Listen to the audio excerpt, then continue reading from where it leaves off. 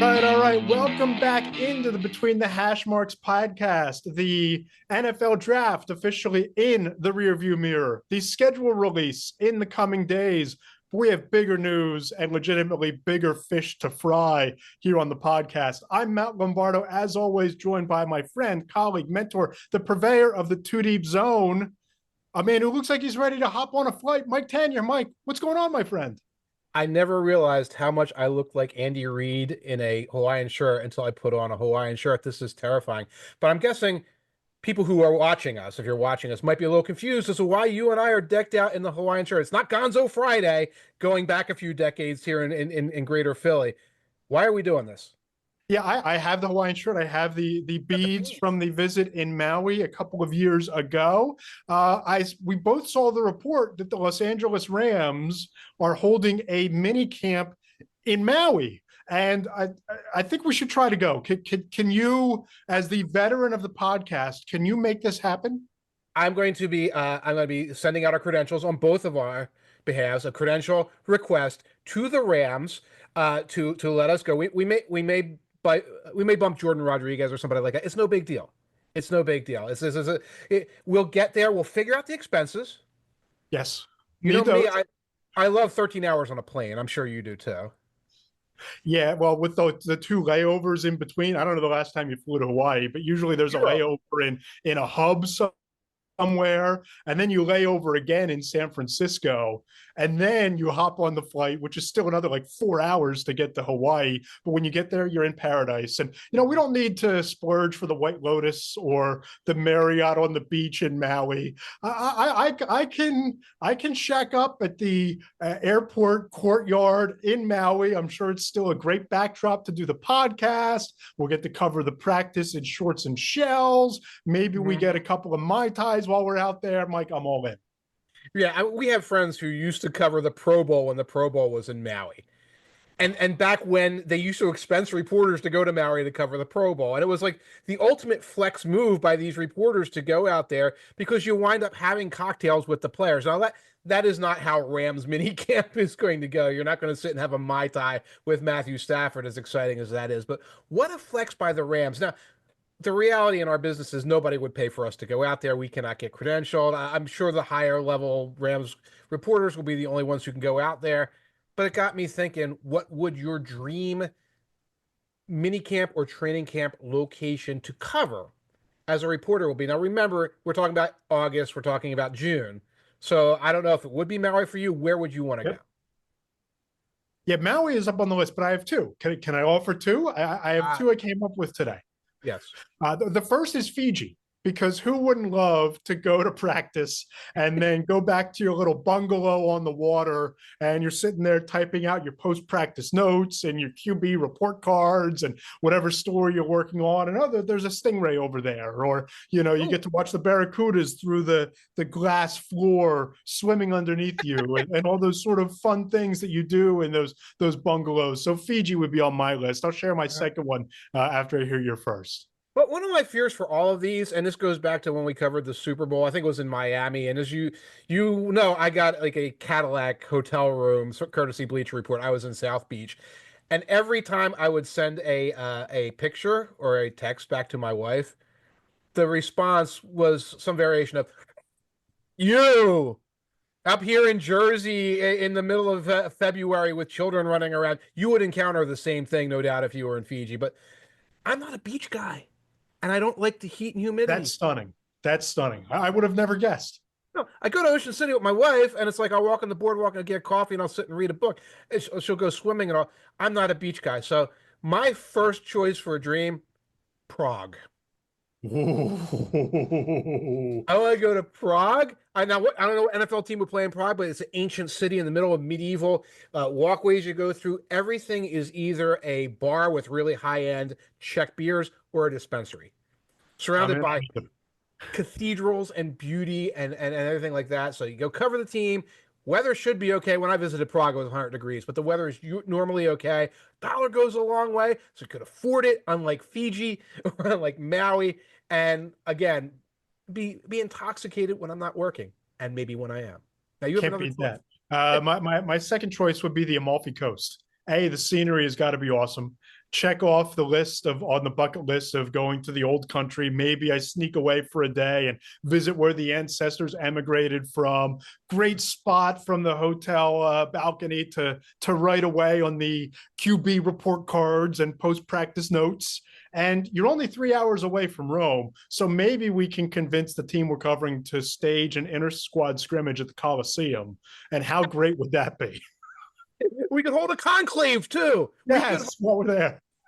It'd be amazing. You would be the least Italian person, finally. Finally, and maybe we'd even, along those lines, if there is a quarterback competition, maybe we petition the Vatican to let us use the chimney to announce who the starting quarterback is with the white smoke.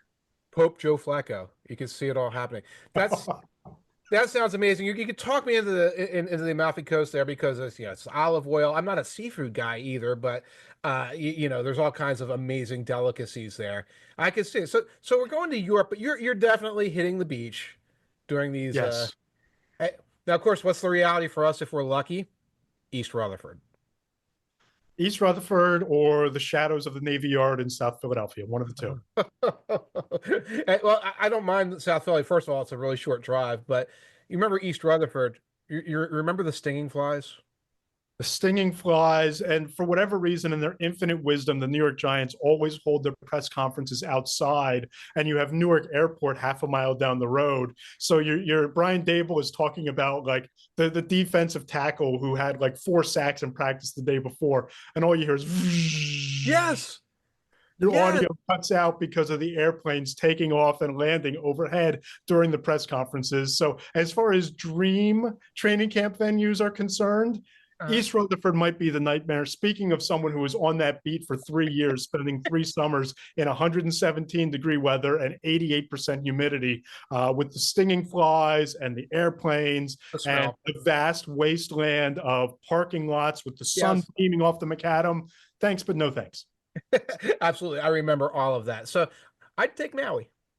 That's a great one. And the one way to send us to Maui is to continue adding subscribers to the podcast, adding subscribers to Mike Tanier's Too Deep Zone and Between the Hash Marks on Substack as well. And if you enjoy the podcast, leave us those 5-star reviews on Apple Podcasts. They help grow the show. Subscribe to my YouTube channel at Matt Lombardo 975. And whether you enjoy the show or not, please just leave it a 5-star review. And if you decide to rip us, we will read it on the air. We are all about accountability here on the pod. And to be clear, you're not sending us to Maui. You're sending us to like Starbucks or Zaxby's or something like that. So please like, subscribe, and do all that other good stuff in this attention economy. Absolutely. And speaking of attention, a wide receiver sparked a ton of attention when the Cleveland Browns went out and signed former Pittsburgh Steeler Deontay. No. It wasn't the Deontay Johnson trade. That's the signing that sparked all the excitement. I did Ohio radio. I don't want to call out the show because it's Ohio radio. It's Cleveland market. They led with the Deontay Johnson signing. I was discombobulated for the rest of the radio sting because I'm coming in there. This was before Pickens. I thought we were going to be talking about Shador. I thought we'd be talking about, Justin Tucker, etc. Deontay Johnson, what does he do for this offense? And I had to stop myself from saying, you have 5 quarterbacks and they all suck. And this guy was on 7 teams last year. What are we talking about with Deontay Johnson? But that's not what we're doing right now. No, right. No. We are going to the big story, the Dallas Cowboys trading for former Steelers wide receiver George Pickens for a song, basically a 3rd-round pick and then a late-round pick swap in 2026 or 2027. Mike, love to get your thoughts on this deal. Cursory 30,000-foot view for me. I love it from a Cowboys perspective. I think there used to be a power 4 in the NFC, the Philadelphia Eagles, the Detroit Lions, the Washington Commanders, and the Los Angeles Rams. I do think it's now a power 5 with the Dallas Cowboys kind of in that mix. We can get into why in a little bit, but what do you think about this trade, and especially from a Cowboys perspective and what it means? I like it for the Cowboys, but we're in a very different place. This takes the Cowboys, for me, from competing for last place to competing for a wild card. This is a very different thing, but it's the same thing. A lot of times when I see these big name receiver changes hands, I kind of shrug my shoulders and say, this guy's getting traded for a reason, and we know Pickens is getting traded for a reason. Oftentimes they don't gel right away, etc. And so I say this isn't as big a deal as it sounds. I think this one is a pretty big deal because you look how he fits, and you wrote about it. how he fits with CD, what he does to change the feel of that Cowboys offense, is going to make them a much tougher out, and they're going to be a team that's probably going to be in some shootouts in 2025. And that's where I'm at with this. And I spoke to an NFC coach a couple minutes after the trade went down, and he told me, quote, this trade gives them two big play wide receivers with CeeDee Lamb, and it's hard for a defense to give help to both of them at the same time over the top. He was really surprised that the Steelers gave up on the chance to have that same setup with Pickens and DK Metcalf. But Mike, when you look at this overall from a fit standpoint, you touched on it. You now have that dynamic number 2 wide receiver opposite CeeDee Lamb that the Cowboys have been looking for ever since they traded Amari Cooper 2 years ago. They've been trying to figure out who that number 2 option is. And when you look around the rest of the league, A.J. Brown and Devonta Smith, you need 2.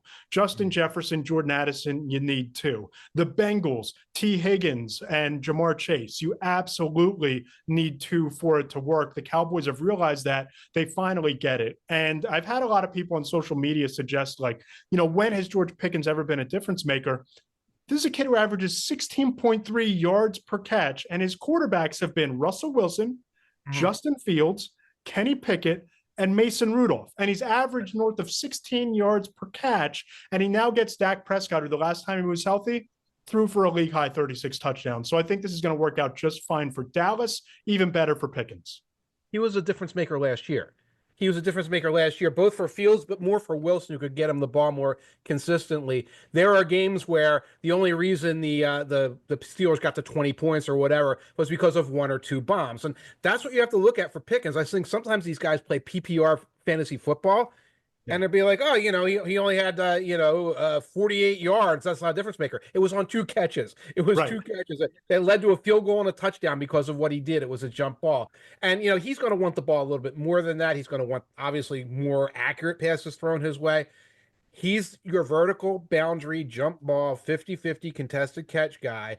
You do that enough, Prescott can get him the ball. That's going to open up the 8, 9, 10 catches for CeeDee Lamb working the middle. And then you can start talking about, I think they still have Ferguson. They've added some guys at running back, diversifying that. So it should be a pretty good offense for the Cowboys. I do start to have questions like, if this isn't the year, and I don't think this is the year for the Cowboys, you're more sanguine than I am, Jerry going to pay these guys? Yeah, let's just be real clear about one thing. I don't think that we should start planning to cover the Cowboys in Santa Clara in the Super Bowl. I still think that it's the Eagles and then the next 4 and then everybody else, right? Okay. I don't see this as a season, and this is how I end up on freezing cold takes in February. I don't think this is a season where like the rest of the field sneaks up and wins right. The NFC, like the Atlanta Falcons or the Cardinals or the Buccaneers. I think that there are clearly a delineation between the top 5 teams, but what I think this works best for the Cowboys is it's everything you touched on. It's the fact that he can stretch the field. It's the fact that they have the complementary weapon, but he was dispatched. He was, disbarred from Pittsburgh by Mike Tomlin because of the issues in the locker room. Yeah. I'm always of this chicken and the egg theory, Mike, when it comes to wide receivers. Are these wide receivers divas because they're divas in their personality, or are they divas because of the subpar quarterback play where they aren't winning, they aren't producing, they aren't getting targets? I think you take that issue off the table with Prescott as the quarterback. I think this is the best supporting cast Prescott has had maybe since Des Bryant was still in Dallas. But I think that if this isn't the year, look, you're gonna have to sign Micah Parsons, right? I don't know how you let Micah Parsons walk. I think you have to pay him $1 more than the Cleveland Browns paid Myles Garrett. I think you need to keep building out the defense over the next couple of drafts. And Pickens, it's going to come down to one of those, okay, he wants to bet on himself. It sounds like he doesn't want to sign a long-term deal. If he has that, 1,300-yard, 9-touchdown season, if you're the Cowboys, you kind of have to back up the Brinks truck for that, don't you? You do, but I mean, if he doesn't want to sign a long-term deal, he came to the right team. Yes, because the Cowboys might forget that they have to, and he might wander away. I don't know. You know who the big loser in this trade is? Not the Steelers. It's the New York Giants. Because when you look at this and you say, well, the Cowboys have just elevated themselves from this team that could be down there with you, could be in this rebuilding place, to a team that, yeah, they're going to be in the wild card chase probably at some level. The one team that improved themselves the least in this offseason was the New York Giants, the one team that had the furthest to go. It's remarkable how like the league sort of passes them by. Yeah, I mean Abdul Carter's a heck of a player. Look at that roster and tell me how that team's going to do anything but finish last place in the division. Yeah, I really like what they did in the draft. I love the Abdul Carter pick for a bunch of different obvious reasons. I think that if Jackson Dart is your guy, it's the theory of go get your guy and develop him. You and I aren't exactly believers in Jackson Dart, but they seem to be. The Giants don't Scatterville get is a to nice. the Giants don't get to have a guy. The Giants don't get to have a guy. They can have a guy on the defensive line. They can't. The Giants do not get to have a guy at quarterback. If that's their guy, they have to find somebody else's guy, because that's why they're in this mess, because of their guys. Great point. Great point. But I'm with you. I think you look at the NFC East now, and you got two real juggernaut powerhouses, and you Yeah. have the Cowboys who are going to play their way into maybe that conversation if you can split with both of those teams. You're in the mix. If you steal a game from the Eagles, steal a game from the Commanders, handle your business, you're in the conversation. The Giants aren't even. They don't even have the phone number to call up and join the call. Right. They can't even get on Snapchat right now. That's how out of the conversation they are. But yeah, I mean, there are going to be questions moving forward for the Cowboys. There always are, because they never seem to handle their business a day early. It's always a day late. But you can see what they're going to put on the field. What are the Steelers going to put on the field? Mike, I think we're about to see a 30 for 30 by ESPN produced on this Steelers offseason, because I don't know what the plan is. It's almost like plan ain't got no plan, Yeah. right? I mean, you trade for DK Metcalf, which, okay, I can get behind you pairing DK Metcalf and George Pickens for all of the reasons that the NFC coach told me you would want to have those two. You want to create mismatches on both perimeters. You already have a really good defensive line, a foundational player in TJ Watt. What the hell are you doing at quarterback? And then you trade away. Then you trade away George Pickens, and you're left with DK Metcalf, Mike Tanier, and Aaron Schatz as your Trying to three remember. receivers. Trying to remember now who they've got at receiver. I am drawing a complete blank right now. I don't know why I faded like this. It is not just me and Aaron. It is. Now, I'll say this while I'm looking this up. I mean, this offseason is happening to the Steelers. They're not having an offseason. It's happening to them. I think that they went too long. I think they wanted draft picks this year for Pickens, and I don't think they like what Yeah. they heard, so they came in late. Obviously, Aaron Rodgers is happening to them to a degree. I'm not sure what their plan was with Justin Fields and Russell Wilson, but I have a feeling they thought one of them was going to wander back, and they didn't. So what you're looking at right now is DK Metcalf, Robert Woods, still in the NFL. I would have assumed that he was the Tennessee So Titans. playing the Mike Tanier role. Yeah, the Tennessee Titans wide receiver coach, Robert Woods. Calvin Austin, who I know has his moments. Ben Skoranek, who backed up Robert Woods for a couple of years with the Rams, if I remember correctly. Scotty Miller, who I think is your little skinny, slotty fellow. And Roman Wilson. And I think Roman Wilson's USC. Caleb Williams' favorite target. Or maybe I'm doing a Trojans Romans thing. I don't know. Anyway, when Robert Woods is your wide receiver two in the year of our Lord 2025, not 2019, you got a problem. I disagree with the assertion that this offseason is happening to the Steelers, because it's Yeah. one thing to allow yourself to be strung along by Aaron Rodgers while he's on an ashwagandha darkness retreat or wandering the beach looking for the meaning of life and the meaning of his life. It's one thing to allow that to happen on the back burner, but Yeah. on the front burner, you need to look around and say, okay, can I hold my nose and stomach Dylan Gabriel if I need to? Can I hold my nose and stomach Jalen Milrow if I need to get by? A, you provide a little bit of leverage over Aaron Rodgers. B, you take this year to evaluate your quarterback situation in 2025 going into 2026, and you at least aren't left holding the bag with Mason Rudolph sitting in there staring up at you like, oh, this is my team again. I have to throw to these guys. And I can't get past the nonsensical thought process Mhm. The hypocrisy of trading for DK Metcalf and then Right. trading away George Pickens. On one hand, you build what has the potential to be a top 5 to top 10 receiving core based on mismatches, based on their dynamic nature, based on their field stretching ability. And then you just say, forget it. He's too big of a headache. Trade him to the Cowboys for peanuts. I can't get around the idea of the possibility that they were thinking of Shedeur Sanders. He came in, had one of those interviews that you wrote about, Yeah. and they said F this guy, and that sent them on a spiral. Like, oh, okay, we'll do that, or maybe Aaron Rodgers, and then like both of them went totally flakeazoid, and they're like, what are we doing? Remember, DK left Seattle on not the best terms. Where you traded Pickens, who can be a headache, for Metcalf, who was turning into apparently a headache to the new coaching staff to a degree.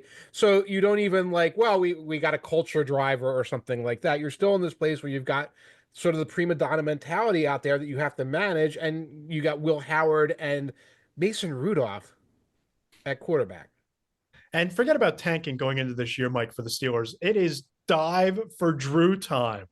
Drew Aller moving 90 minutes west from Happy Valley to Pittsburgh, getting to Oh, take wow. on his hometown Cleveland Browns twice each season. Is that not too poetic, too perfect, too Pittsburgh for the Steelers? And I know, Aaron Rodgers probably doesn't want to subject himself to this and this receiving core. So you just, grit your teeth and get through this year. But maybe the Steelers, as a result of the last 90 days, maybe they finally realize that they need an actual reset at quarterback. They need an actual semi-even, half-conceived rebuild.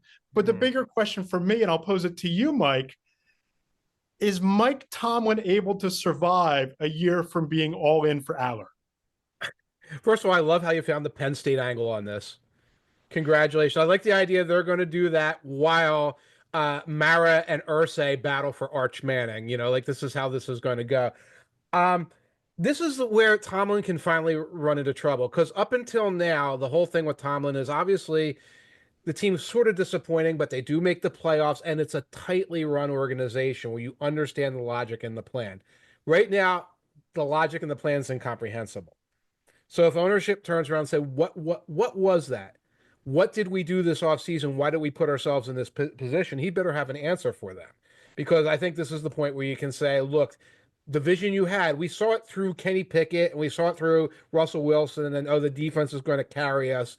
And we're going to develop this guy, or we're going to spend a year on this guy. We don't see it with Mason Rudolph and these trades that are going back and forth and weeks of being the girl hoping Aaron Rodgers asks her to the prom. We don't see it. Right. And if you're TJ Watt, if Oh, he's you're mad too. Urban, at some point, do you not go into Omar Khan's office and say, what the hell, man?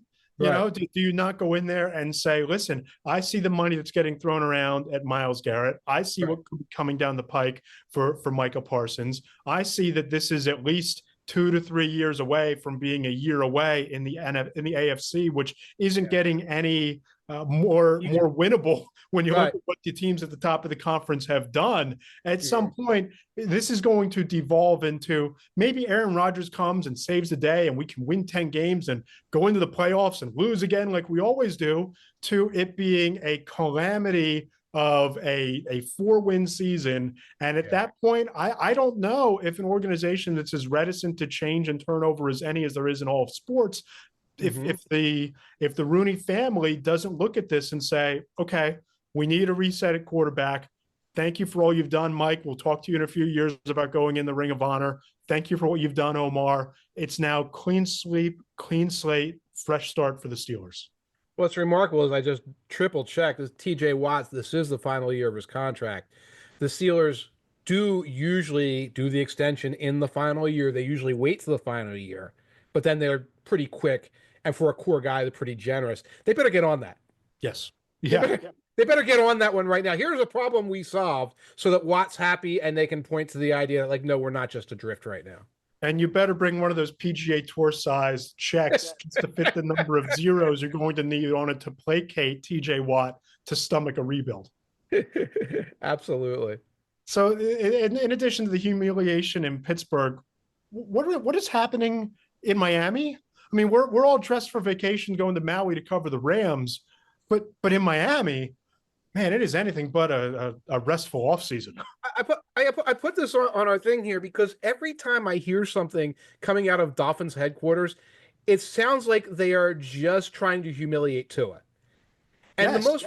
the most recent one, it was on Pro Football Talk, is Tyreek Hill names his top 5 quarterbacks. Now, to give a little context, right before the draft, many people know this. Cam Ward was on a Twitch stream, and they said, "Who are your favorite wide receivers?" And he's like, "Well, Calvin Ridley's number one because he knows the Titans are going to draft him." And they says, "Well, Jamar Chase and Justin Jefferson because you have to be a little realistic."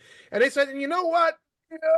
Burks, Traylon Burks," and it's like, we get it. You stand for your guys. So you ask Tyreek Hill. And by the way, I don't know who's asking him these questions because I have questions for Tyreek Hill, but they don't involve his top 5 quarterbacks anyway.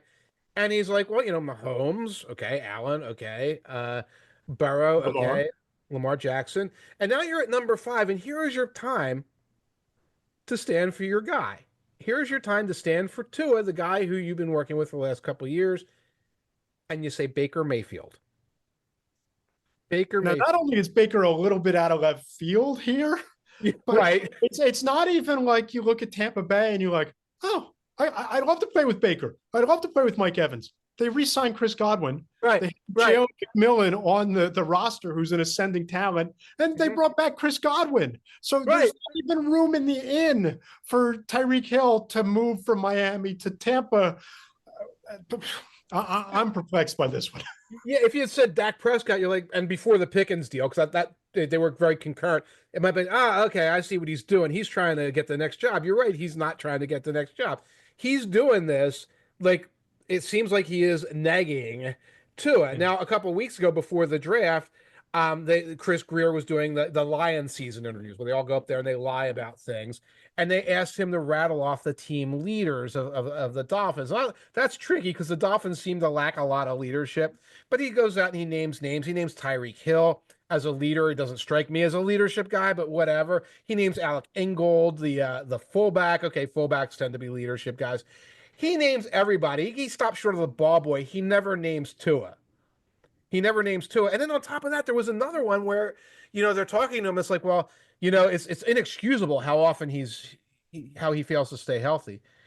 It's like, you hear it like this dude got hurt in your workplace, buddy. See, that's the one that bothers me more. If I'm athletes first and I'm Ryan Williams, I'm picking up the phone and saying, yo, Chris, I know you just paid me $42 million a year. We appreciate the contract, but do you have to run my guy under the bus and then throw it in reverse to run him over again? I mean, it's not like these are injuries where Tua is like trying to extend plays and he's hyperextending a knee. We all saw on national television where his hands were fencing because of the concussion. So these are like potentially life-threatening type of injuries and not a leader. It's victim blaming. It's victim blaming at that point. He wasn't jet skiing. He wasn't partying and wrecking his car. He was out on the field playing and he suffered another concussion. And you're out there saying, well, that's his problem. And then the not a leader stuff, which again, I'm guessing he fielded a phone call from the agent on that. Although again, it's a sin of omission. He just forgot him or whatever. Sure. And you listen to McDaniel. And McDaniel can't stop gushing about Zach Wilson as if Zach Wilson is going to be the next thing here. Now, I joked in my post-draft column, every couple of years, the Dolphins have the purge. like in the movie where it's like everyone is going to try to throw everyone else under the bus and murder each other. Going back to when Jeff Ireland was running the team, going back to Adam Gase, like even with Flores, where Flores benches Tua, gets mad at Tua, goes out the door, accuses Ross of racism, whether it's true or not. It was an accusation, probably a little true, probably a little untrue, whatever. It's just this insanity of like everyone leaping on each other and trying to murder each other. And I think we're here for the Dolphins. I think the first two out the door are going to be Chris Greer and Mike McDaniel, who probably should have been out the door in mid-January after the season. But are we going to wake up in a world where Tua Tagovailoa is the starting quarterback week 1 of the New Orleans Saints? Is that the world that we're going to live in? wow. If we're going to publicly shame Tua, if we're going to omit him from our list of leaders on the roster, if we're going to gush over Zach Wilson, are we now in a world where the Dolphins, for right or for wrong, look at the injury history, look at the lack of postseason production, and think to themselves, well, maybe this is as far as we can go with Tua, whether it's Zach Wilson or Arch Manning or Drew Aller or any of the other quarterbacks next year. Let's go get a fourth round pick for Tua from the New Orleans Saints? Is this the world we're going to live in? Now, here's the thing, by the way, they drafted the quarterback, and I'm spacing right now. I apologize. I'm looking it up. It Was it is round Quinn one? Ewers, Mr. Bumbles himself. In the seventh round. In the Seventh seventh round. round.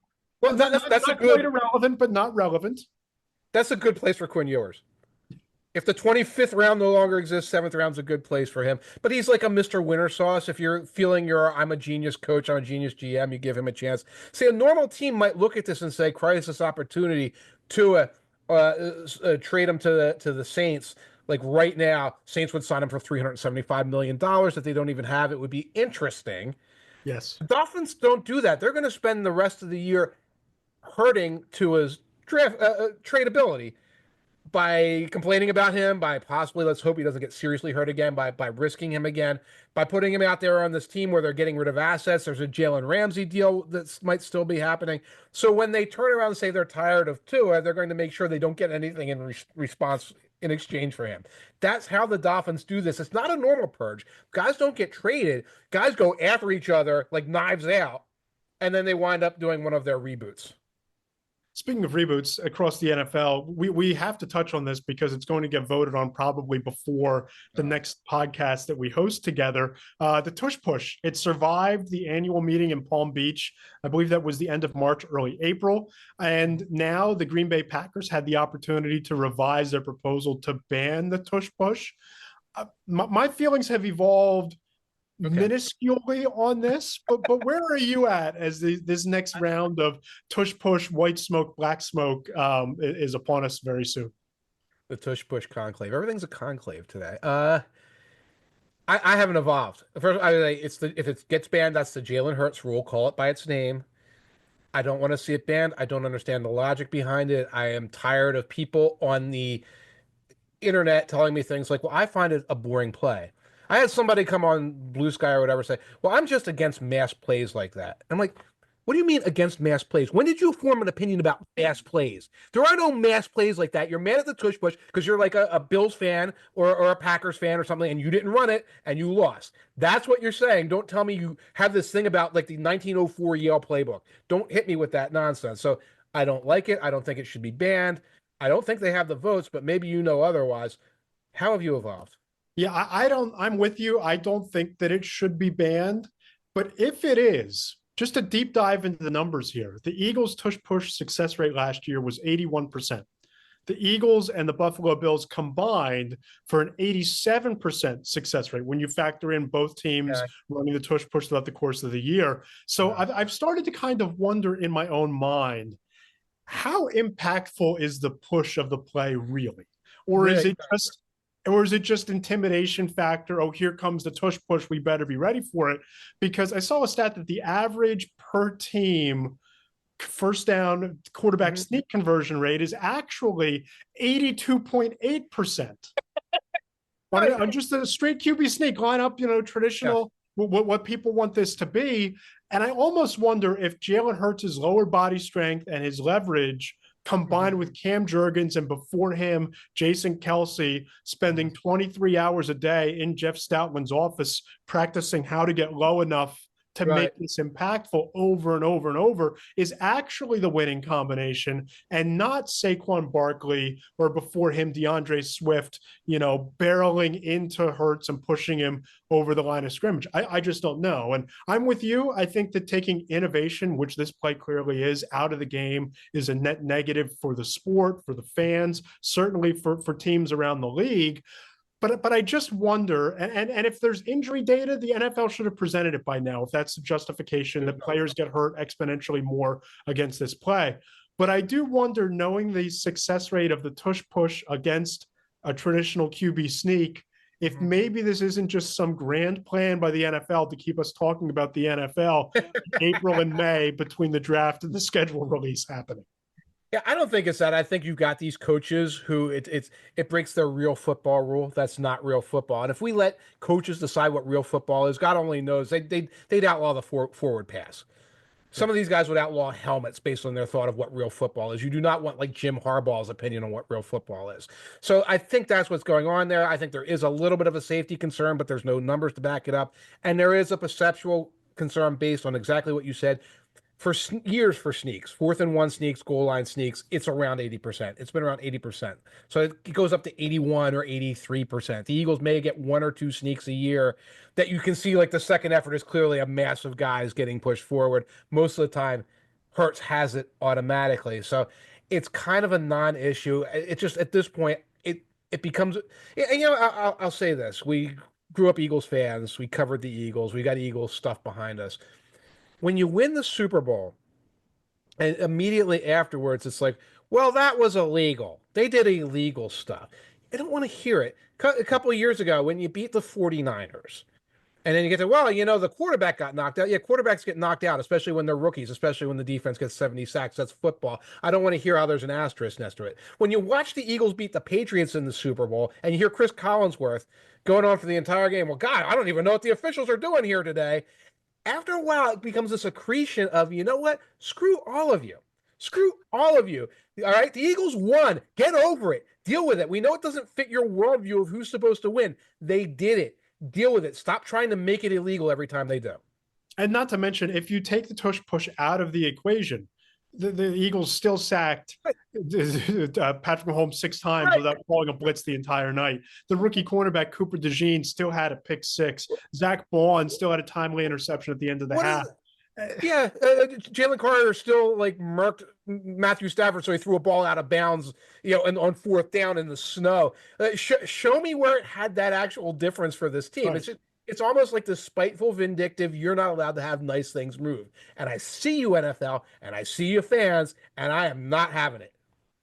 And you wrote going into the Super Bowl, the Eagles played against the Kansas City Chiefs about the tush push. I have this theory now that it might just be the sneak part that matters. How much in your reporting experience does the push part actually make the difference? What I heard, there's a couple of things I heard, and I talked to a few people about it. Like, you talked about getting low. Like, one of the little tricks that it seems like the Eagles do is they lose the leverage battle. The idea here is that everybody on 4th and inches, I think it was Booger McFarland who explained it to me. Everybody on 4th and inches is trying to get as low as possible. Those defensive tackles are getting as low as possible. And you let them, and you create a little platform. Okay, so they go low, Kelsey and the interior line go over them, and then it creates a little platform that you can slide Jalen Hurts across. Now, if that's all there is to this, then other teams have to have spotted this. Right. Okay. And if that's all there is, you can run a sneak that way if that's what you've discovered. Right, and it's going to be 80% success, or maybe you've gotten it to 81 along the way. So if that's really what we're talking about, and the push is just a sort of extra thing that maybe works when Frankie Louvu comes leaping straight at you and you have somebody else behind him or whatever, then really this is just a tempest in a teapot. Going to be fascinating to see how it plays out. Mike, what's coming up on the 2 Deep Zone in the next couple of weeks here? I'm doing mailbag next week, trying to lay a little low. We also have soon the Seahawks all-time top 5 quarterbacks, the final installment of the all-time 18 months in the making all-time quarterback series. The Seahawks. Love it. We're continuing to grade every team's offseason across the NFL, shooting for at least 2 per week, leading you into training camp. Just fresh off of, I'll give you the grade for the Arizona Cardinals. Why don't you guess what I might have given the Arizona Cardinals as an offseason grade? Man, they made so many additions on defense. They got so many good guys in the draft. If Will Johnson is healthy, that's amazing. Giving him an A. I gave him an A-. So right in the same ballpark. The only reason for the minus is who the hell is Kyler Murray throwing to? I know you have Marvin Harrison. Maybe you're banking on an improvement there. Trey McBride is amazing, Yeah. played his way into probably being a top 5 tight end in the league. Get your quarterback some help, and then we'll talk about being an A or A plus team. But they're a team, Mike, that really impressed a lot of executives around the league after the draft in my conversation. So gave them an A minus. We're continuing that series, and 4 downs on Monday. A little bit of power rankings. Okay. Preseason, way too early top 10. The 10 games I can't wait to see because the NFL has us caring about the schedule being released. So we're going to care just a little bit inside the column and some more fun surprises. The release is next week, right? Yes. It's like the 13th? 14th. The 14th. I had to live blog it once. That broke me. Yeah, it's one of those things like, where did my life go wrong? How did I wind up here writing about a game that I knew was going to be played, just not when it was going to be on TV? Now you know it's going to be on Sunday night on week 8, and that changes everything. Well, I mean, I will read what you write, so your labors will not be in vain. I ain't writing about the schedule though. I am not doing it. I will get text messages though from Eagles fans, like, "Oh my God, we're going to go to this game. We're going to go to that game." And it's like, so I get it. Like, if you're a fan with like tickets, like you plan your fall around this. It's a big deal. But for you and I think it's more like, okay, the games will happen. We'll be there. Yes. Let's write about it. Yeah. So go ahead and subscribe to the Two Deep Zone for Mike Tanier's unique blend of humor, analysis, insight. It's the best football content you're going to read online. Subscribe to the podcast on Apple Podcasts, Spotify, SoundCloud. Check us out on my YouTube channel, Matt Lombardo 975. And please go ahead and subscribe to Between the Hash Marks on Substack if you enjoy my reporting, analysis, and insight. Mike, this was a ton of fun as always. I'll see you in Maui. See you in Maui, man. Or Prague.